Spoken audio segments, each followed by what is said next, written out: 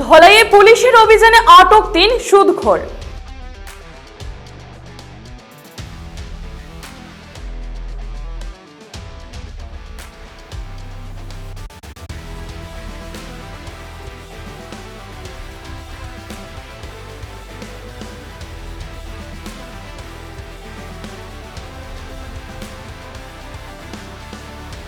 মুখ্যমন্ত্রী হিমন্ত বিশ্ব শর্মার নির্দেশে রাজ্য জুড়ে চলছে সুদখোরদের বিরুদ্ধে অভিযান।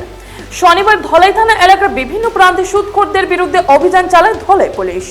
বিকেলে ধলাই থানা এলাকার রাজনগর গাঁও পঞ্চায়েত এলাকার বিদ্যারতনপুরে অভিযান চালিয়ে হীরালাল গোয়ালার পুত্র রাজনারায়ণ গোয়ালাকে গ্রেফতার করা হয়।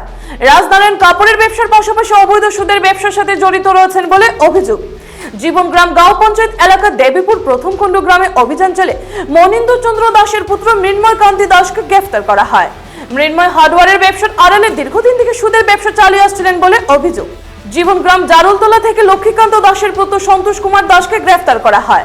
সন্তোষ গালামাল ব্যবসার পাশাপাশি অবৈধ সুদের ব্যবসার সঙ্গে জড়িত রয়েছেন বলে অভিযোগ। 3 জনের বিরুদ্ধে 3824 নম্বরে মামলা নথিভুক্ত করে তদন্ত শুরু করেছে পুলিশ। অবৈধ অর্থ লগ্নিকারী ও সুদখোরদের বিরুদ্ধে অভিযান অব্যাহত থাকবে বলে জানান ধলাই থানার অফিসার ইনচার্জ মনোজ বড়ুয়া।